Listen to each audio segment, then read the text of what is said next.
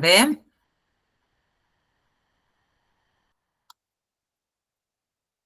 ¿Estás compartiendo Sí, ventana? No, estás compartiendo pantalla. Tenés que compartir ok. ventana.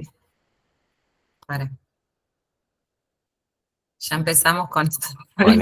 No, igual no empezamos, seguimos en todo caso. Tal Empezamos cual. hace un tiempo. Poné compartir pantalla, perdón, ventana. Ya voy. Sí, pero no me aparece. Ah, sí, acá está. Genial. Listo. A ver si se ve. Vamos. Ahí va, poné la presentación. Ahí está. Abajo, Perfecto. abajo dale presentación. Sí, sí. A ver, decime si se ve ahí. Ahí, perfecto. Bueno, perfecto. Entonces vamos a empezar con la disertación de hoy, es hablar de la rehabilitación de los trastornos de conciencia y las recomendaciones basadas en la evidencia. Bueno, en realidad los programas que son especializados para los pacientes con trastornos de conciencia y las distintas guías internacionales y mismos los trabajos de investigación que hablan sobre esta población, generalmente en lo que respecta a la rehabilitación de estos pacientes, se centran como en tres focos, lo que es el diagnóstico y el pronóstico, el tratamiento y el rol que cumple la familia dentro del abordaje y la continuidad del abordaje con los pacientes. Y nosotros, como equipo interdisciplinario, y donde las guías y los trabajos que se realizan sobre esta población siempre están acentuando, es de que este trabajo interdisciplinario, que está compuesto por el equipo médico y por el equipo de rehabilitación, debería basar la mejor evidencia que tenemos disponible con la experiencia profesional nuestra y con las preferencias de los pacientes y los familiares como para poder tomar las decisiones que vamos a llevar a la práctica diaria. Y las últimas recomendaciones en lo que respecta al tratamiento de estos pacientes es, por un lado, como les mencioné, la evaluación para el diagnóstico y el pronóstico, que si bien sabemos que la valoración del comportamiento a los pies de la cama sigue siendo el criterio estándar para la valoración de los pacientes, tenemos que tener en cuenta otro tipo de información, es decir, sumarle para poder consensuar el diagnóstico y el pronóstico, además de este comportamiento que vamos a ver del paciente o que vamos a tratar de comprobar que tenga, la epicrisis y los exámenes complementarios, además de todas las escalas de valoración que se utilizan tanto de médicos, de neurólogos, del equipo de rehabilitación, y la información adicional que podamos recolectar, y principalmente la de los familiares, que sabemos que muchas veces, o puede pasar, que respondan distinto cuando el estímulo viene del familiar y no del profesional.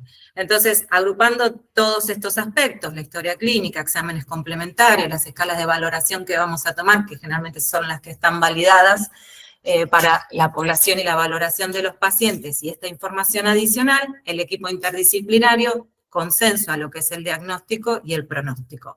Y como les dije, el comportamiento es el gol estándar para la valoración diagnóstica, y una de las escalas que sigue siendo la escala de elección es la escala de recuperación del coma. Y dentro de la valoración, además de utilizar la escala de elección, tenemos que considerar otros aspectos, y lo que la evidencia nos recomienda y las guías internacionales nos hablan siempre es de que para poder disminuir el margen de error que podría llegar a surgir, porque sabemos que dentro del abordaje de estos pacientes existe un margen de error, es decir, cuando vamos a hacer la valoración, hay respuestas que son muy sutiles que nos podrían llevar a que se diagnostiquen pacientes que están en síndrome de vigilia sin respuesta como mínima conciencia o viceversa. Generalmente pasa que están en mínima conciencia y tal vez se diagnostican como vigil sin respuesta. Entonces lo que nos recomiendan es esto de que las evaluaciones tienen que estar sistematizadas y tienen que estar seriadas. Y por lo menos deben ser al menos 5 evaluaciones en un periodo de 10 días, por lo menos en las etapas iniciales. Esto igualmente va a depender también de qué interrogantes nos hacemos nosotros como equipo, ¿no? Porque va a haber pacientes que consideramos que con determinada cantidad de evaluaciones podemos llegar a un diagnóstico y a un pronóstico, y hay otros pacientes que tal vez presentan estas respuestas más sutiles que a nosotros nos dan como signos de alarma, como para pensar y decir, bueno, necesito tomar más evaluaciones para estar seguro de lo que después también voy a transmitir al equipo y a los familiares. Obviamente que la valoración del diagnóstico va a ser en condiciones adecuadas, es decir, uno va preparando el ambiente, prepara al paciente y mismo el profesional se prepara para la valoración, qué materiales necesitamos, qué escala vamos a utilizar y demás.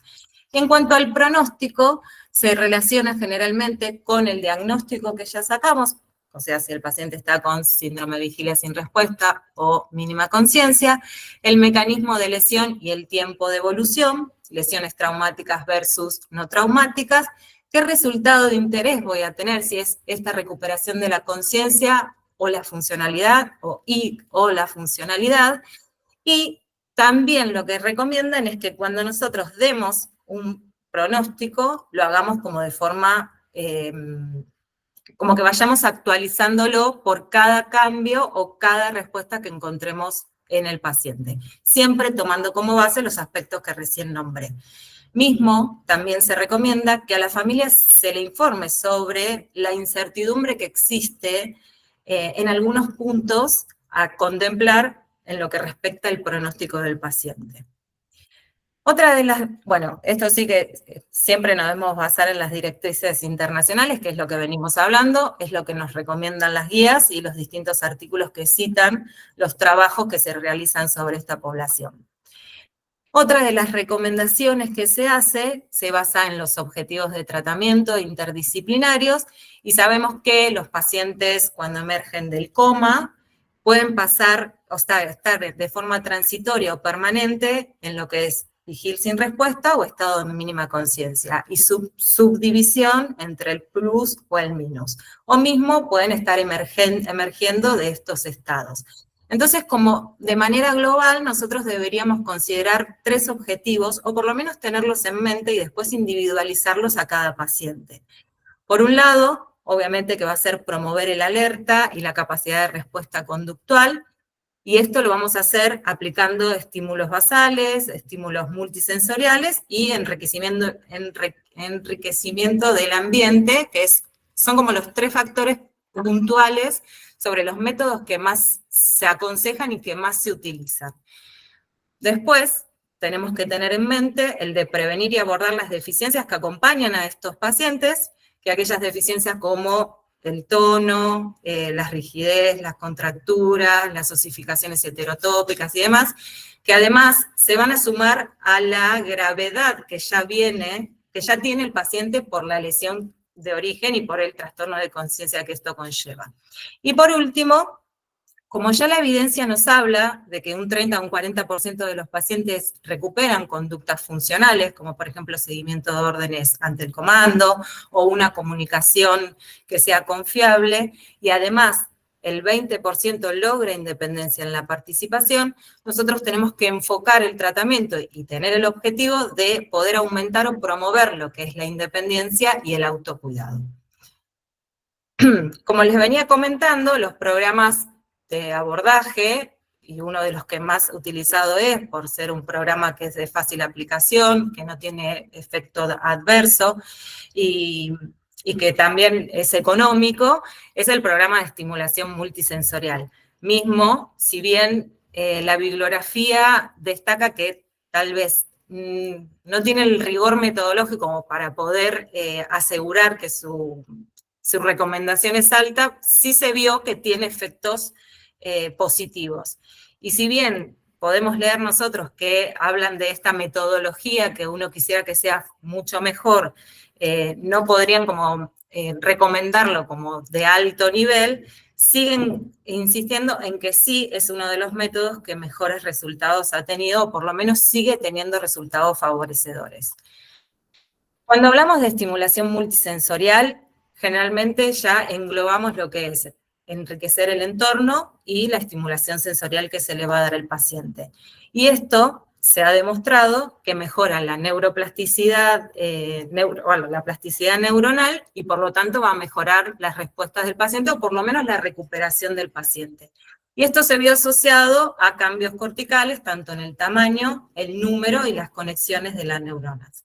Por eso, a medida que fue pasando el tiempo y cuando se fue conociendo más sobre el funcionamiento a nivel cerebral en particular, y estas nuevas nociones que se dieron en la terminología de lo que es que el paciente esté vigil sin respuesta, en lo que es que esté en estado de mínima conciencia y sus subcategorías según la complejidad de respuesta que pueda dar el paciente.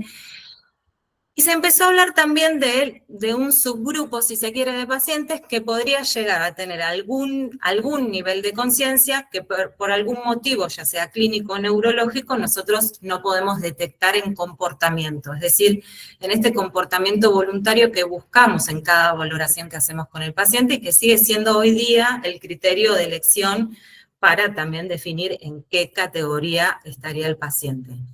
Y entonces lo que se empezó a ver y lo que se recomienda es que se empiecen a replantear algunas características de la estimulación multisensorial que se venía haciendo. Y dentro de estas características que tenemos que tener en cuenta, en principio, antes de empezar con la estimulación, debemos preparar al paciente, al ambiente y saber nosotros cómo dirigirnos o qué hacer con el paciente antes de empezar a estimularlo. Con lo que respecta al paciente, obviamente que tiene que estar clínicamente estable, tenemos que buscar que tenga el máximo nivel de alerta. En caso de que nos encontremos con pacientes que tal vez se duermen o que cierran los ojos, nos vamos a hacer maniobras o a estimularlo para poder conseguir este nivel de alerta. Tenemos que ver que esté como alerta a lo que nosotros le vamos a hacer. Es decir, no puede estar somnoliento, no puede estar acostado, no puede estar con ojos cerrados, sino que tiene que permanecer con este nivel lo más alto posible para que nosotros podamos, por medio de la estimulación, buscar estas respuestas neuroconductuales y poder registrarlas. Obviamente que, como les dije recién, el paciente debería estar sentado o parado en una de las camillas de bipedestación, con un nivel de confort que sea óptimo, con los segmentos corporales alineados, libre de movimiento en el sentido que todo lo que es equipamiento lo tendríamos que retirar para que el paciente, cuando tienen esos comportamientos que son muy sutiles, no se vean también influenciados por algún equipamiento que pueda disminuir la movilidad que tenga o la respuesta que podamos llegar a encontrar. Y una vez que el paciente está alerta y está en la posición adecuada, con el confort adecuado y demás, también otro factor importante a considerar es el ambiente donde vamos a estimularlo. Entonces se empieza a hablar de, además de este espacio protegido, que sabemos que la iluminación y la temperatura tienen que ser adecuadas, que tenemos que disminuir al máximo los ruidos o distractores que puedan llevar al paciente a disminuir la respuesta y a no estar como atento al estímulo que nosotros vamos a dar. Se empiezan a considerar micro y macroambientes. Esto de, o podemos estar en un espacio que sea protegido, por ejemplo, en la habitación del paciente, considerando todo lo que recién les estaba comentando, o llevarlos a otro ambiente que sean un poco más realistas, pero considerando todo esto. Por ejemplo, si yo lo quiero estimular al aire libre, pero también considerando que la temperatura sea agradable, que la iluminación no sea demasiado fuerte como para disminuir su respuesta, o los ruidos y distractores que puedan haber que yo pueda evitar y que el paciente disminuya su respuesta al estímulo que le estoy dando. Y por otro lado, como profesionales, tenemos que dirigirnos con un lenguaje que sea claro y preciso, llamarlo por el nombre, estimular de un lado, estimular del otro, estimular en línea media, ver los movimientos que tengan espontáneos, automáticos o voluntarios en reposo, es decir, generalmente se estima que durante un minuto uno observa al paciente para ver qué tipo de movimientos pueden surgir y llevar registro de estos movimientos. Y luego, en lo que respecta puntualmente a la estimulación, ¿qué características deberíamos tener en cuenta? Y que se empiezan a hablar sobre... empezar a cambiar a partir de estos pacientes que pueden tener estas respuestas que son muy sutiles, que tal vez encubren algo de conciencia, pero no nos pueden demostrar a nosotros con un comportamiento como para que podamos registrar y que sea confiable. Entonces se empieza a hablar de que tendríamos que hacer una estimulación que sea más compleja, que incluya estímulos que son estructurados y significativos para el paciente en busca de estas islas de cognición que están preservadas, y dejar de lado un poco esto de la estimulación tiene que ser simple, repetitiva y sistematizada, sino como que, bueno, buscar, además del procesamiento de entrada, un procesamiento de salida, y que tal vez que nosotros consideremos que eso puede ser complejo, no lo es tanto, porque estos pacientes pueden llegar a tener comportamientos preservados que nosotros inconscientemente tal vez estamos dejando de estimular por pensar que va a ser como un estímulo muy complejo. Pero como que ya se empieza a hablar de que estos estímulos deben cambiar de ser simples, repetitivos y demás, a que sean un poco más estructurados, a que sean significativos, a que no sean en un ambiente que sea descontextualizado, sino que lo llevemos más a algo realista, que la familia, bueno, obviamente participe en esto, es mucho mejor porque generalmente podemos encontrar más respuesta, o por lo menos intentar encontrar más respuesta. Por otro lado, lo que nos decía es que la intensidad debe ser adecuada. Generalmente se hablaba de esta intensidad que tenía que ser moderada, y ahora se empieza a hablar de que tiene que ser una intensidad, si bien moderada, pero ocasionalmente intercalarla con estímulos de alta intensidad. Es decir, para ver si la alerta del paciente cambia de alguna manera en esta intensidad que uno le está dando, intercalo con algo que sea como de un estímulo más fuerte y ver cómo reacciona el paciente.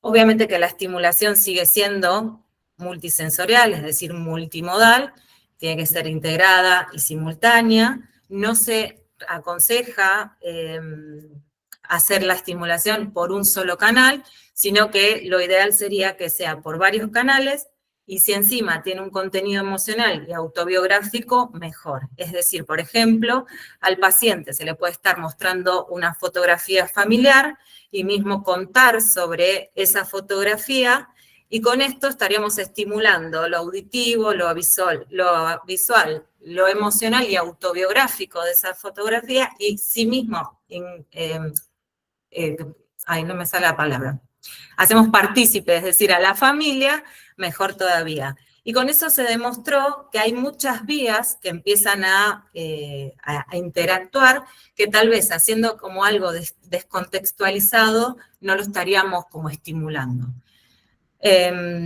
Después, bueno, esto que les decía de promover la acción del paciente y buscar estos signos residuales de cognición, que básicamente es esto de no solo quedarnos en el procesamiento de entrada, como en el input, sino también en el output, sería el procesamiento de salida, ver si pidiendo algo más complejo el paciente de alguna manera puede responder, o mismo ver qué respuesta tiene el paciente, que para nosotros tal vez es muy sutil, o creemos que es algo más automático, y tenerlas como signos de alarma, como para pensar que podría llegar a haber alguna cognición reservada, ¿sí? Y por otro lado, evitar lo que es la habituación y la fatiga. A estos pacientes hay que darles tiempos de descanso porque suelen fatigarse con rapidez. Dar tiempo también para las respuestas, es decir, aplico estímulo, espero respuesta. Y evitar, como les decía, lo que es estimulación unimodal, sencilla, descontextualizada, y solo basarnos en los procesamientos de entrada. Y todo esto que les vengo comentando hace referencia a que en las últimas investigaciones y con la incorporación de este grupo de pacientes que tal vez algún grado residual de cognición tienen, si bien nosotros sabemos que el componente, o que la definición de la conciencia se basa en estos dos componentes, que es el estar y el ser consciente, ahora la conciencia empieza a ser vista como la capacidad que tenga el cerebro para poder soportar patrones de actividad complejos. Y que esa capacidad que tiene va a depender de las distintas conexiones o de las distintas vías que empiezan a interactuar. Y si nosotros nos ponemos a pensar en estos pacientes que tal vez hasta mismo nos cuesta ver una respuesta, podemos empezar a buscar estos signos o estas respuestas que nos van a decir o a alarmar de que hay algo más que tal vez por alguna complicación clínica o neurológica más, no puede demostrar, pero sí es una alarma de como que todavía algo de conciencia o una conciencia residual puede haber.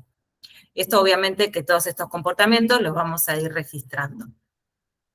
Entonces les decía esto de la búsqueda de los signos residuales de cognición, que cada vez es como que se empieza a hablar más en la literatura y por eso se revieron las características de la estimulación multisensorial. Otras de las recomendaciones que también se hacen es sobre la tecnología y los productos de apoyo, que si bien la estimulación multisensorial es el método más utilizado dentro del abordaje de los pacientes, tenemos que tener en cuenta tecnologías o productos de apoyo que puedan ayudar al paciente.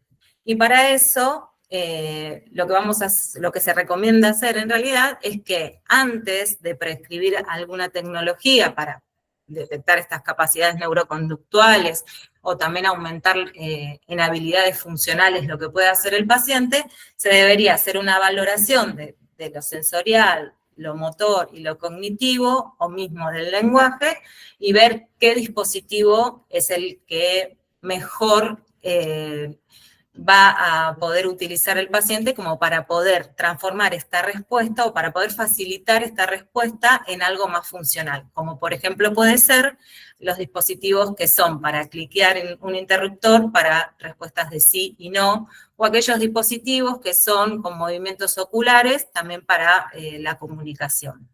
Y siempre tener presente esto de que hablábamos de las deficiencias primarias y secundarias, que acompañan a los pacientes, como la espasticidad, las contracturas, que a nosotros nos pueden llegar a dificultar el posicionamiento o la movilidad de los pacientes, la higiene diaria y demás. Considerar todas las prescripciones de equipamiento para poder prevenir, compensar o por lo menos disminuir estas deficiencias que generalmente están acompañando a la población.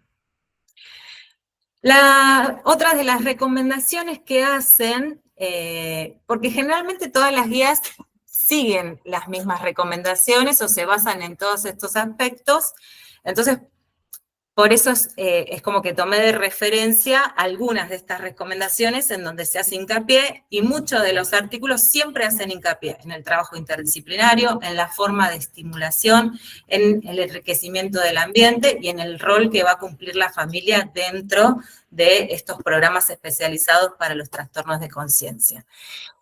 Y por un lado, la familia va a tener el rol de escucha, ¿no? De la información que el equipo interdisciplinario le va a transmitir en cuanto a la salud general del paciente, al diagnóstico y al pronóstico, la duración estimada de la internación y las necesidades legales, financieras o recursos que necesiten, que generalmente nosotros, o por lo menos las instituciones dan para que las familias se enteren de cómo pueden ser estas cosas legales, financieras y recursos que se necesitan. Aparte de este rol que toma como de recibir información del equipo interdisciplinario, otra de las características importantes es la capacitación que también va a recibir de nuestra parte. ¿Y por qué la capacitación? Porque nosotros necesitamos que la familia actúe como un coterapeuta para que intervenga en la toma de decisiones, en la estimulación, en las valoraciones. En la evaluación misma se puede entrenar a los familiares para cuando se evalúa con la escala de recuperación del coma, mismo porque pueden responder mucho mejor que cuando valoramos nosotros, y enseñarles a la familia a poder hacerlo, a poder estimular, a recolectar estos datos, tanto de tipo de respuesta que tiene el paciente, si esta respuesta es voluntaria o es refleja, cómo diferenciarlo, con qué frecuencia hace esa respuesta, en qué momento del día, bajo qué circunstancias del ambiente. Todo esto lo vamos recolectando y la familia se va capacitando y va interactuando en el abordaje junto con el equipo interdisciplinario, y además se le va capacitando sobre los cuidados diarios que tienen o que necesitan los pacientes, como puede ser el posicionamiento, signos de alarmas como el cuidado de la piel, la higiene y los productos de apoyo, cuáles y por qué se eligen o prescriben y se utilizan. Y por el otro lado, como les venía comentando, la participación activa dentro de la toma de decisiones con el equipo interdisciplinario, siempre respetando las necesidades que presentan los familiares o los cuidadores en el tratamiento, junto con nosotros, la estimulación en el momento, o digamos, uno puede acompañar al familiar y el familiar puede estimular con nosotros para el abordaje, y en las evaluaciones para ver si la respuesta varía con respecto a cuando valoramos nosotras. Y obviamente el apoyo psicológico que necesitan los familiares y los cuidadores por esta nueva condición de los pacientes con trastornos de conciencia. ¿Qué vamos a monitorear en la rehabilitación? Entonces, en este abordaje que le hacemos a los pacientes, por un lado, lo que recomiendan las guías internacionales es que debería existir algún protocolo que esté sistematizado para las complicaciones médicas que ocurren comúnmente, primero para facilitar la identificación, para la prevención y el tratamiento, como pueden ser las convulsiones, la hidrocefalia y demás cosas más médicas, que generalmente acompañan a los pacientes y que nosotros, tal vez en la estimulación o en el abordaje, notamos porque hay una disminución en la respuesta que tiene el paciente. Por otro lado, vamos a monitorear cuál es el nivel de respuesta que tiene el paciente, si hay respuestas nuevas, si esas respuestas son espontáneas, automáticas, voluntarias, cuál es el nivel de alerta en calidad y tiempo, y generalmente, como les mencioné, la escala de recuperación del coma, que es la escala de elección para la valoración, también nos sirve para el seguimiento y también para poder identificar o poder llevar registro de cómo va el paciente en el abordaje que hacemos. Por otro lado, el registro de las respuestas que tiene el paciente en cuanto a el nivel o, digamos, el ambiente en que pasan, en qué postura, cómo era la iluminación, el ruido, la temperatura, si estas condiciones facilitan o no a una mayor o menor respuesta de los pacientes. Registro de todos los que son las deficiencias, como la postura, qué intervenciones se le aplica. Generalmente en estos pacientes se aplican las intervenciones que son convencionales, pero hay que llevar un registro para cada una de estas intervenciones. Nosotros también aplicamos escalas de valoración que están validadas y llevamos el registro de cómo va evolucionando el paciente. Y la recomendación también, que habla mucho la evidencia y que tal vez hay mucha incertidumbre, es esto de si presenta dolor o nocicepción los pacientes que están con estos trastornos de conciencia, y dice que tendríamos que utilizar escalas que están validadas, como la escala de nocicepción del coma revisada, independientemente del nivel de conciencia que tenga el paciente, porque se pone en cuestionamiento que los pacientes con síndrome de vigilia sin respuestas podrían no estar percibiendo el dolor, pero aún así todo se recomienda utilizar esta escala para la valoración. Los familiares, por otra parte, con el rol activo que cumplen dentro del abordaje, también podrían ser capacitados para llevar registros sobre las respuestas que se identifican, y en qué momento del día, cómo son las respuestas, la frecuencia que tuvieron, en qué momento, digamos, se hicieron en cuanto a situaciones. Y toda esta información se plasma para poder hacer un seguimiento del paciente y ver si hay determinadas situaciones en que el paciente responde mejor con este comportamiento que uno busca, que sea más voluntario, y así poder estimular y hacer foco o reforzar la estimulación en estas situaciones. Y por último, las recomendaciones también hacen hincapié en cuándo sería la transición a la rehabilitación que conocemos como convencional, si se quiere. Y para eso también usamos la escala de recuperación del coma, que como les dije, además del diagnóstico, pronóstico, el monitoreo, nos va a decir cuándo el paciente está emergiendo de los estados alterados de conciencia y podría pasar a lo que es la rehabilitación convencional. Y lo que nos dice es que para poder hacerlo, el paciente debería cumplir demostrando que tiene uso funcional de 2 objetos, es decir, que no sé, si se le da un peine, intenta o se peina, si se le da una taza, intenta o hace como el gesto de tomar. Nosotros entendemos que el paciente sabe para qué se utiliza ese objeto. O una comunicación que sea fiable, ya sea gestual, verbal, o por medio de muecas, pero que sí entendamos que es consistente. Y dentro de estos dos como ítems, para que el paciente consideramos que está emergiendo o que emergió de los estados alterados de conciencia, tendríamos que empezar a pensar qué pasa de estos programas especializados de abordaje a lo que es la rehabilitación convencional y que estos objetivos estarían más encaminados a lo que es la independencia en actividades y en la participación. Bueno, esta es la bibliografía que usé para armar la charla, si bien las recomendaciones las basé en las guías internacionales y en distintos trabajos que se hicieron. Cada una de estas tres esferas que nombré, que es diagnóstico, pronóstico, tratamiento y el rol de la familia, tiene sus subrecomendaciones, pero yo lo guié más a lo que es la rehabilitación en cuanto a las terapias tal vez más, si se quiere, kinesiología, terapia ocupacional, fonoaudiología y demás.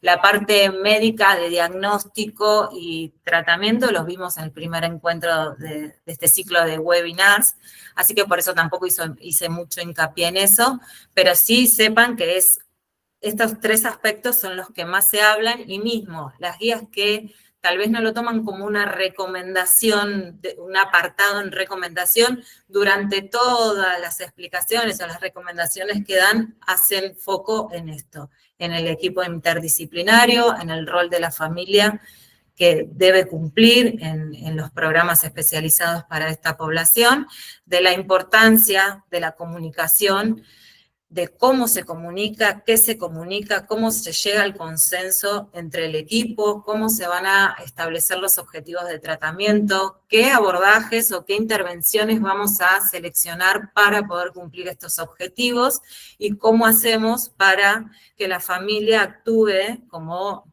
les decía, como coterapeuta nuestro y que esté incluida en la toma de decisiones, en el tratamiento, y mismo en la valoración.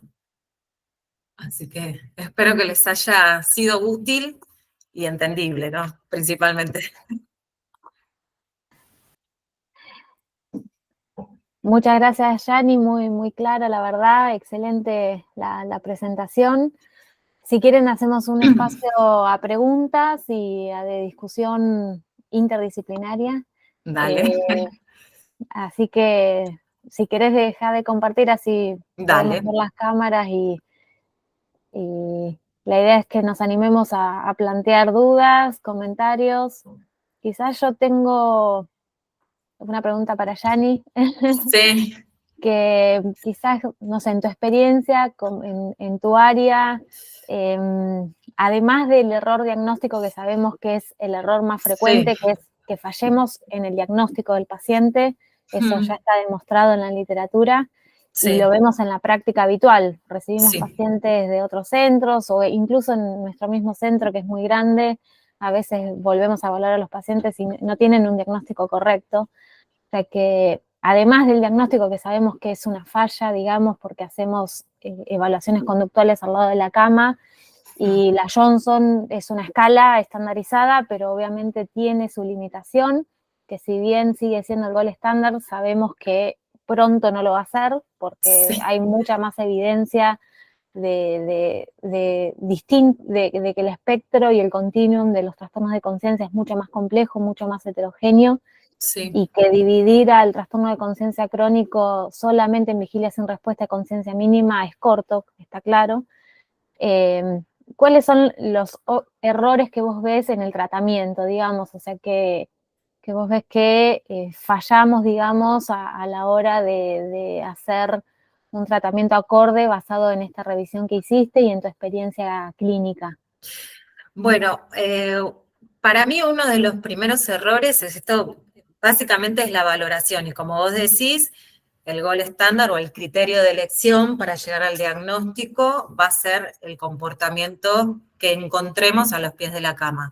Hay pacientes que podemos evaluar, y si se quiere, es mucho más fácil evaluarlos y llegar a un diagnóstico. Hay otros pacientes, y son los que presentan los desafíos para todos, creo yo, que es esto de aquellos que tienen alguna respuesta que es muy sutil, pero que uno, como vos decís, con la escala de recuperación del coma, no podría registrar como contenido de conciencia, pero a vos te queda esa duda de decir, no, acá hay algo más, no es, pero no me deja como poder categorizarlo, poder registrarlo. Entonces son como estos signos de alarma que uno debería registrar y que es de lo que se empieza a hablar y como que se está haciendo hincapié. Buscar qué signos encontramos que tal vez en las escalas validadas y que son recomendadas quedan cortos o quedan como un techo, pero que sabes que algo más está demostrando el paciente. Uh-huh.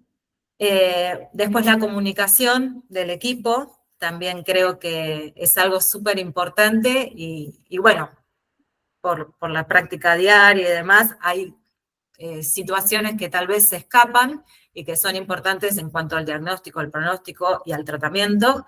La comunicación a la familia, poder comunicarle de forma sincera las incertidumbres que existen y nada, y por qué se toma la decisión de hacer tal o cual abordaje, y bueno, también contemplar cuáles son las necesidades de ellos. Obviamente que nos vamos a enfrentar a familias que, si se quiere, son como cuestionadoras y querellantes, pero bueno, creo que aún así, si uno sabe justificar lo que está explicando o lo que quiere decir, yo creo que entienden, y mismo, si hacemos lo que la evidencia recomienda, de involucrarlas en el tratamiento y en la valoración, creo que van a entender aún más por qué de estas incertidumbres, por qué uno toma tal vez con precaución, más al inicio lo que es un diagnóstico, un pronóstico y demás. Uh-huh. Excelente.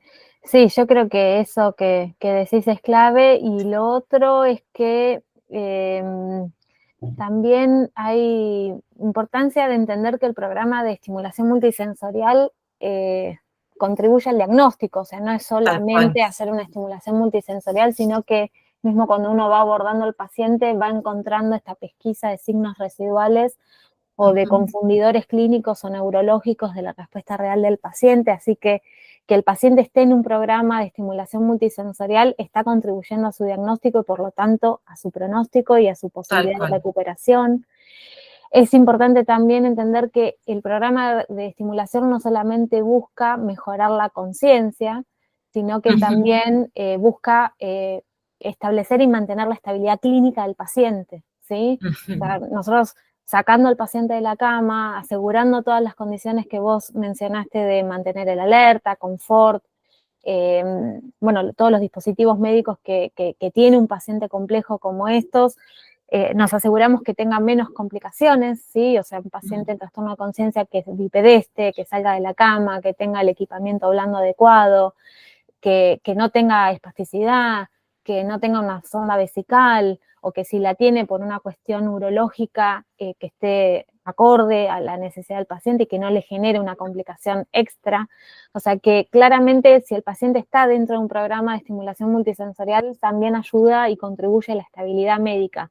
Esto lo aclaro porque, bueno, a veces uno ve que el paciente queda en la cama porque es un trastorno de conciencia crónico, y es muy importante comprender esto, que al paciente, si no lo integramos en un programa de estimulación multisensorial, estamos sacando la chance de esta estabilidad clínica, que es muy importante en cualquier paciente neurológico.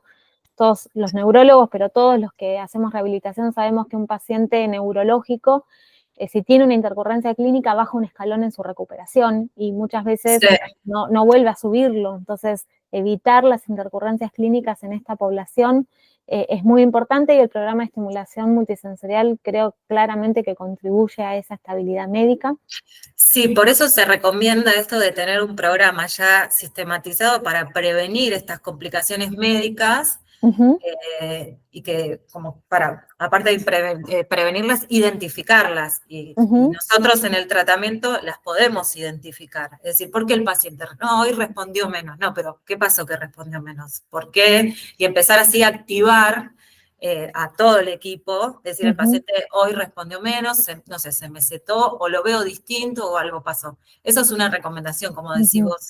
Sí, eso está claro y que bueno, y que se tome en cuenta que cuando uno desde el equipo de rehabilitación hace una observación de que hubo un bajón de escalón, como digo yo, pero bueno, en realidad que hubo un deterioro o un menor nivel de respuesta o respuestas que antes tenía y el paciente las pierde de manera abrupta, bueno, eso claramente es un indicador de descompensación y de inestabilidad médica, que puede ser clínica o puede ser neurológica, pero que obviamente cuando desde el equipo terapéutico de rehabilitación se detecta ese bajón de escalón, todo el equipo médico tiene que intervenir para detectar precozmente cualquier intercurrencia que puede tener el paciente, que como sabemos no tiene capacidad de respuesta, no nos va a decir que está teniendo una infección urinaria, que tiene dolor, que está deshidratado, que tiene un trastorno hidroelectrolítico, que está confuso, etcétera, sino que es la manera estandarizada, ya sea por la Johnson o dentro del contexto del programa de estimulación multisensorial, que podemos llegar a pesquisarlo.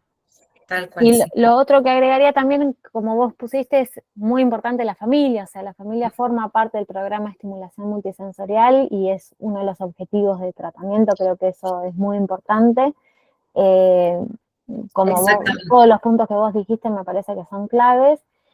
Y lo otro es que, bueno, algo menor que me parece no menor es el porcentaje de pacientes que quedan en un estado de conciencia crónico, y que no tenemos que esperar a que pasen tantos meses para tenerlo claro, o sea, si uno hace un buen perfil predictivo al inicio, cuando recibe al paciente y en las sucesivas evaluaciones y dentro del programa de estimulación, uno puede ya anticipar qué paciente es el que menos chance tiene de recuperar su conciencia. Entonces, lo ideal siempre es que desde esas evaluaciones iniciales, las primeras 10, 15 evaluaciones como mucho, uno ya pueda estar planificando el alta. Eso no significa que el paciente se vaya a ir, pero obviamente con tiempo, cuando uno empieza a entrenar y ya los objetivos del programa de estimulación multisensorial incluso cambian, porque uno está preparando a ese paciente y a esa familia y a los equipos tratantes luego del alta en la internación, a todo lo que el paciente necesita para luego del alta de la rehabilitación. Así que eso creo que el programa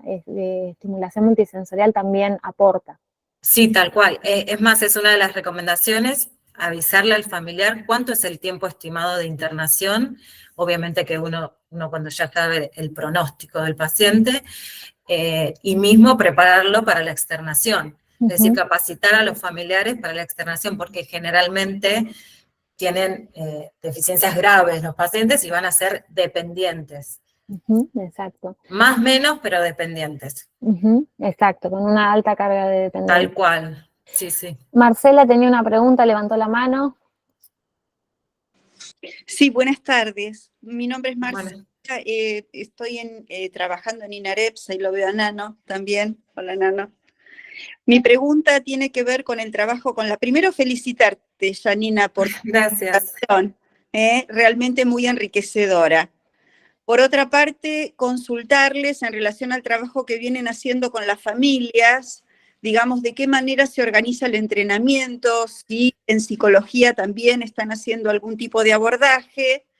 Y por último, consultarles si han contemplado la posibilidad de llevar adelante altas transitorias durante los fines de semana con estos pacientes. Gracias.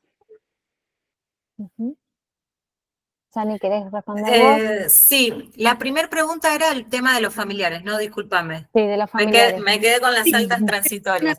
Bueno, sí, la idea es que cuando, el paciente ingresa al centro de rehabilitación, al ser un paciente con trastorno de conciencia, el equipo tratante evalúa y ya directamente se le comunica a la familia lo que durante las evaluaciones vamos a hacer para poder determinar el diagnóstico, el pronóstico inicial en principio.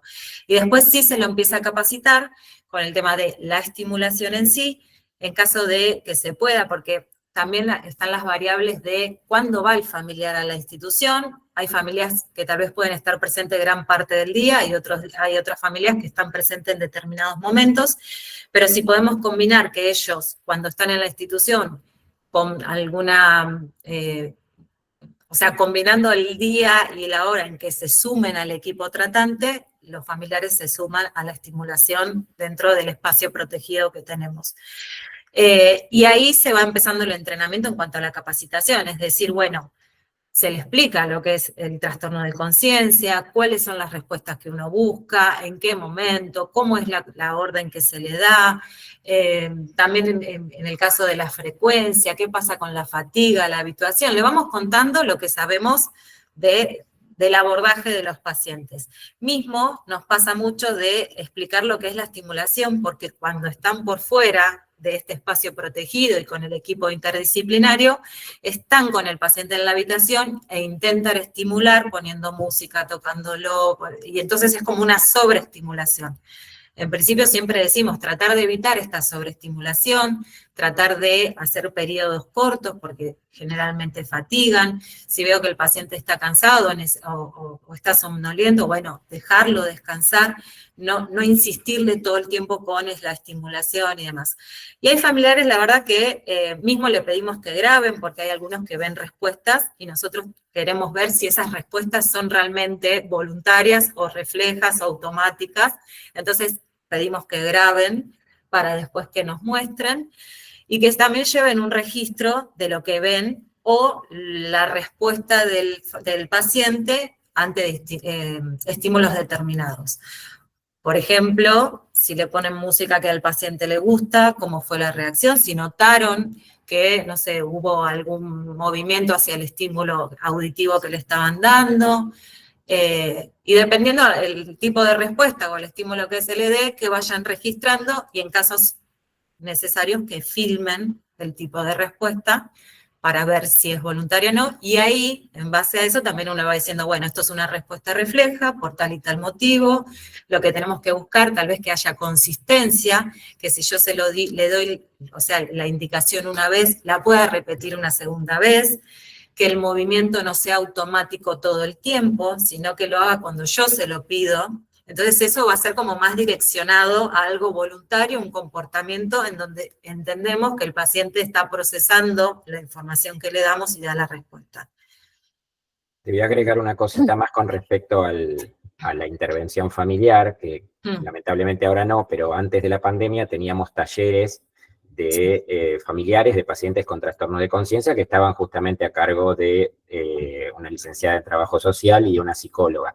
Y se hacían reuniones periódicas porque, bueno, se planteaban temas, obviamente no hablábamos de casos individuales, pero hay muchos temas que son comunes claramente, y ese era un lindo espacio de intercambio. La gente en estos lugares está obviamente internada mucho tiempo y forma relación y se van juntando, aunque uno no lo busque, digamos, hay una cierta cofradía, digamos, que se va armando, una hermandad entre familiares, sobre todo madres de pacientes jóvenes, y bueno, es un buen momento también, en parte terapéutico también para ellas, por eso estaba manejado por psicología, pero es claramente un rol importante con la familia el que tiene psicología en estos casos.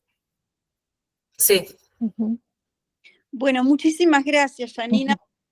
Gracias. Y Hernán también por lo que has también agregado. Nosotros también previamente a la pandemia teníamos ese espacio y después se dificultó la continuidad. Y realmente, Hernán, como decís, realmente muy enriquecedor eran encuentros, ¿no? Sí. Janina, también muy claro lo que nos decís, lo que explicabas, y lo que te preguntaba último es si en algún momento han considerado la posibilidad de llevar adelante altas transitorias durante el fin de semana, es decir, que el paciente vuelva a su vivienda en la medida de las posibilidades durante el fin de semana para retomar su terapia el día lunes. No sé si me querrás corregir, Hernán, algo, pero antes de la pandemia sí existían estas altas transitorias. Sí, hay algunas dificultades que tienen que ver con lo administrativo y con la cual. autorización de los financiadores para permitir la externación transitoria de los pacientes. Muchos solo la permiten cuando hay un alta inminente y como parte de la reintegración al paciente a su medio habitual. Entonces, tampoco son tantos los familiares que optan por retirar a los pacientes que están en esta situación, sí, obviamente con otras patologías. Yo no tengo memoria de que hayamos tenido demasiados pacientes con altas transitorias con trastornos crónicos de conciencia, porque además hay muchos que tienen, muchos no, por suerte, pero otros tienen compromiso respiratorio, traqueostomía, entonces requieren mucha asistencia. No recuerdo que hayamos tenido muchos, por lo menos, en realidad no se me ocurre ninguno en este momento, pero no era tanto por una prohibición, sino porque no se planteaba de parte de la familia tampoco. Sí.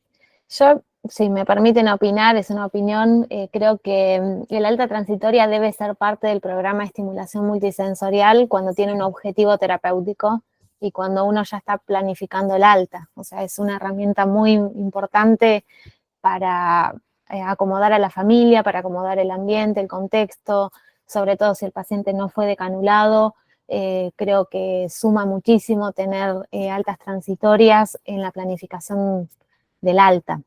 Así que creo que bajo determinados criterios formaría parte del programa de estimulación multisensorial, que creo que eso tampoco lo mencionamos, pero me parece que es algo importante a remarcar, que incluso dentro de un programa de estimulación multisensorial no debería ser siempre el mismo. O sea, claramente depende del paciente, depende de la causa, sí, depende del estadio, depende del tipo de respuesta que tiene el paciente. Deberíamos plantear los objetivos de ese programa de manera dinámica en función del cambio dinámico y fluctuante del paciente. Debería pensarse en objetivos terapéuticos basados en el modelo de la CIF, o sea, yo puedo plantearme un objetivo funcional, por ejemplo, que el paciente mejore la alerta, pero si lo sumo a ese objetivo funcional, un objetivo funcional secundario, por ejemplo, que aumente la alerta para que pueda responder a un comando, es un objetivo funcional diferente, ¿sí? Entonces eso no va a aplicar para todos los pacientes.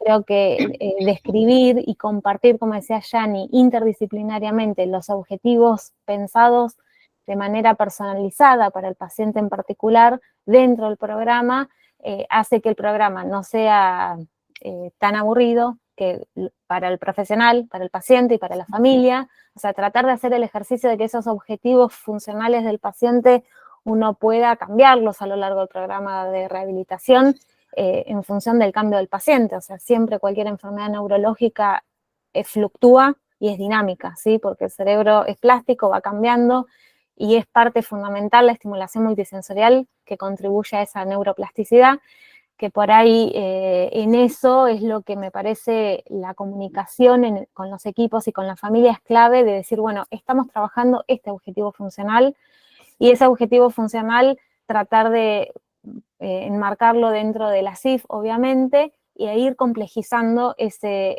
objetivo funcional guiado a un objetivo de mayor complejidad, claramente en forma jerárquica. Tal vez hacer la estimulación, que también se recomienda en algunas guías y trabajos, con, si se quiere, ejercicios. Es decir, buscar trabajar al paciente estimulándolo, pero con algo funcional, con un cepillado de dientes, con, no sé, cosas que vayan más a la funcionalidad o al autocuidado o algo. Exacto, que sea bien funcional a la actividad de la vida diaria, evitar todo lo que sean comandos sobreaprendidos, porque a veces pensamos que eso es cognición y son respuestas muy sencillas que son sobreaprendidas y que habitualmente son más automáticas que volitivas, o sea, que eso debería ir cambiándose. Como decía Yani antes, las propuestas eran más simples, de estimulación más simples, estructuradas y simples y rígidas.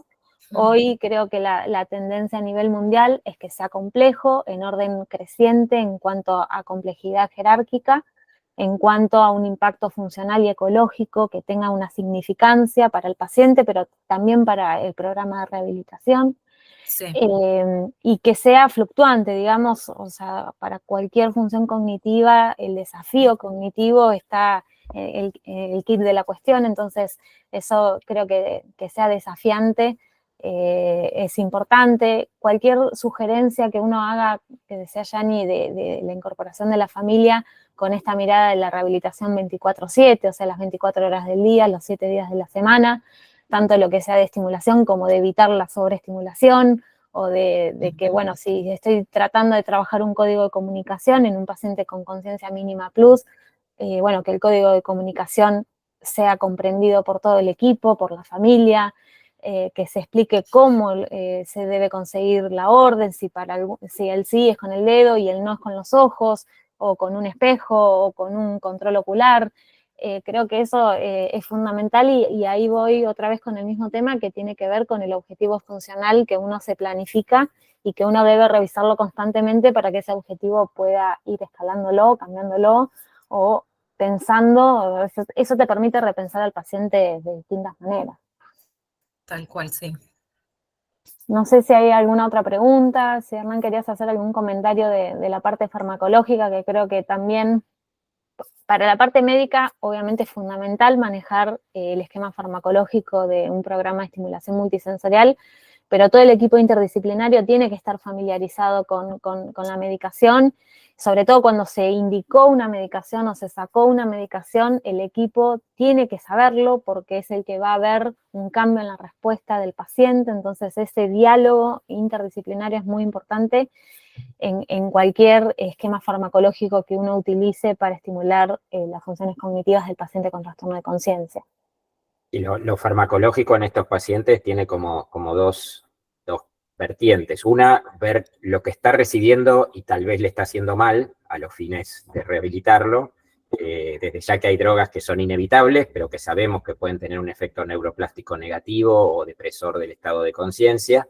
Y por otro lado, pensar en qué ayuda farmacológica podemos dar para mejorar el estado de conciencia de los pacientes. La realidad es que las guías, la única indicación farmacológica certificada, basada en la evidencia, es el uso de amantadina en los pacientes que tienen un trastorno de conciencia de origen traumático, en dosis de 200 a 400 miligramos entre las semanas 4 y 12, y eso es lo que está aprobado, ¿sí? Ahora, a partir de ahí no quiere decir que sea lo único que hacemos. La realidad es que hacemos o usamos, intentamos más efectos y más respuestas con otras medicaciones, como son agonistas dopaminérgicos, como es el metilfenidato, como es el zolpidem, que a pesar de ser un hipnótico en un porcentaje menor de pacientes, tiene un efecto paradojal que tiene una explicación farmacológica, digamos que no es azaroso, o por lo menos se le ha encontrado una explicación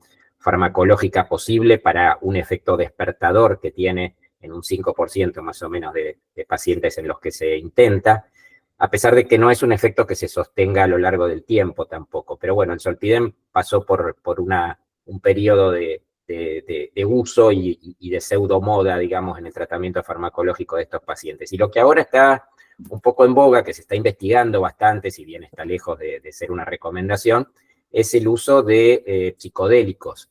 La ketamina, el LSD, la psilocibina, ha demostrado aumentar la conectividad entre áreas cerebrales, que es una de las alteraciones funcionales que explican el trastorno de conciencia, sobre todo a nivel tálamo-cortical, y con estas drogas, que en personas sanas provocan estos efectos alucinógenos conocidos, psicodélicos, en este tipo de pacientes, en algunos trabajos han demostrado mejorar la conectividad a partir de estudios funcionales, y en algunos estudios eso se correlacionó también con salida del estado de mínima conciencia con pasaje a un nivel de conciencia mejor.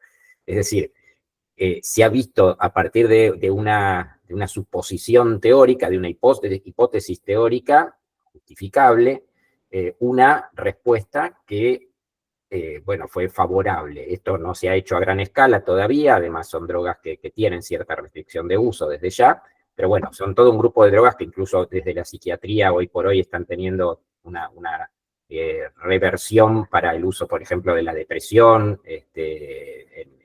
en monodosis incluso, en única dosis, así que tal vez por ahí venga algún efecto futuro favorable.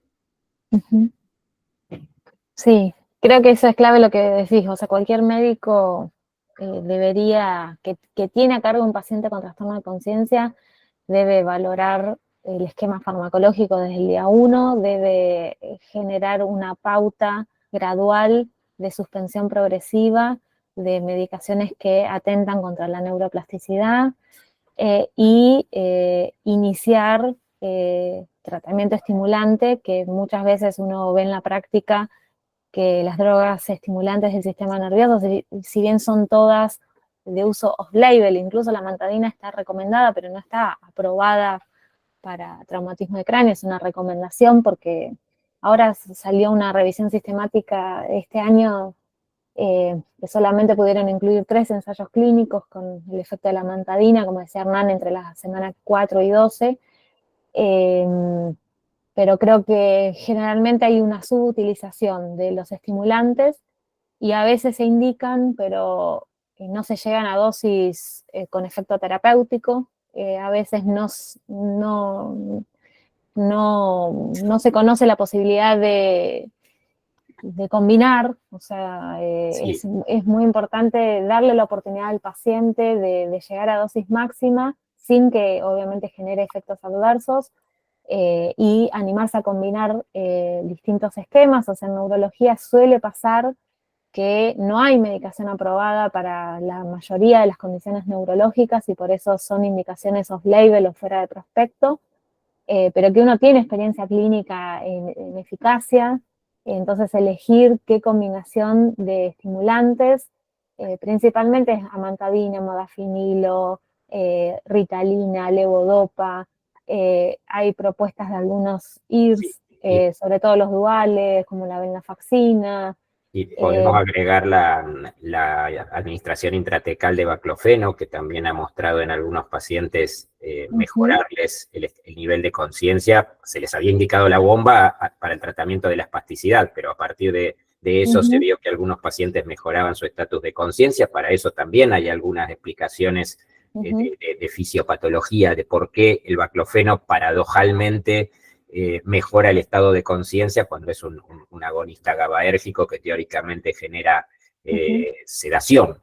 Pero bueno, la administración intratecal tiene sus ventajas sobre la oral y eso también ha mostrado. También hay pacientes que se han beneficiado con la estimulación magnética, con estimulación cerebral profunda en los núcleos intralaminares del tálamo. O sea, hay trabajos que muestran muchas opciones, pocas a lo mejor practicables en la vida diaria, pero claro, por lo menos que se han descrito mejorías con distintos tratamientos. Tal cual, sí, bueno, hablaste de efecto paradojal como también está con el Zolpidem. Creo que los objetivos del programa de estimulación multisensorial incluyen los fármacos e incluye pensar en qué objetivo estoy buscando del fármaco también y eso comunicarlo. O sea, en algunos pacientes quiero mejorar el alerta, en otros pacientes sospecho que tiene más respuesta, pero lo que quiero buscar es mejorar la velocidad de procesamiento de la información. Entonces quiero que se fatigue menos, que esté más rápido en la posible respuesta encubierta que sospecho que tiene. Entonces ese paciente voy a usar ritalina o levodopa, o voy a hacer una combinación de esas medicaciones. Cuando emergió y está en amnesia postraumática, el propranolol es un buen medicamento, digamos, y generalmente uno ve que se tarda en poner o que no se llegan a dosis adecuadas para lograr el efecto terapéutico. O sea, no sé, en el caso puntual, por ejemplo, de la amantadina, es un fármaco que mostró eficacia para un objetivo que es acelerar la recuperación y no está claro si mejora el pronóstico funcional a largo plazo.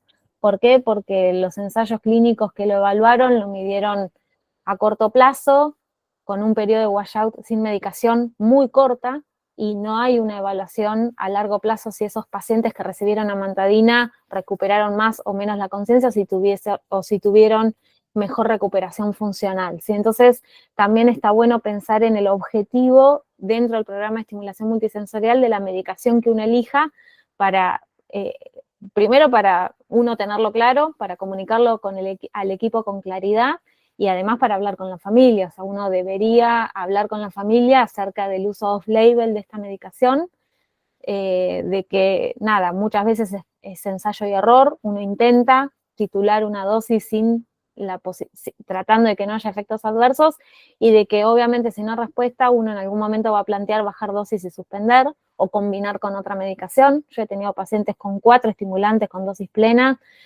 mucho tiempo, y no me han tenido efectos adversos, y uno ve realmente cuando uno baja la medicación. Generalmente en el gimnasio de estimulación multisensorial te dicen, ¿qué pasó? Que lo veo diferente al paciente, o sea, claramente algo hace la medicación, así que creo que eso es cuestión de animarse, y que desde los equipos terapéuticos también está bueno que lo pidan. O sea, este paciente está estimulado, veo que tiene esta medicación, o veo que está más espástico, o veo que, no sé, tiene crisis desautonómicas cuando lo cambio de posición. Bueno, para todo eso siempre existe la posibilidad de revisar el abordaje farmacológico, y creo que es muy importante evaluarlo y tenerlo en cuenta. No sé si alguien más tiene alguna pregunta.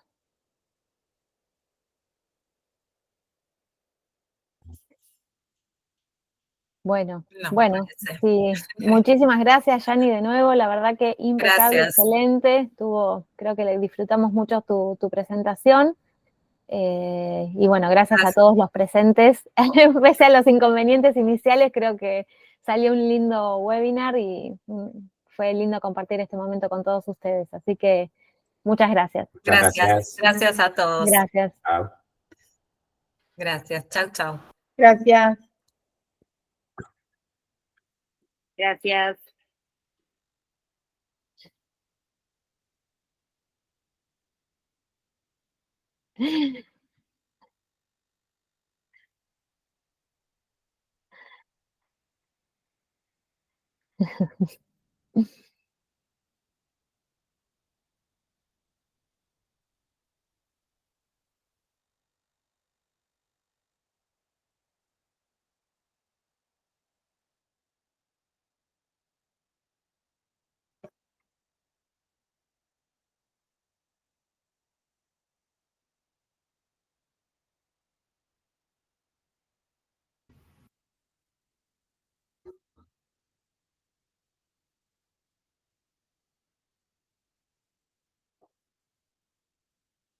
Bueno, chao entonces, Hernán. Adiós.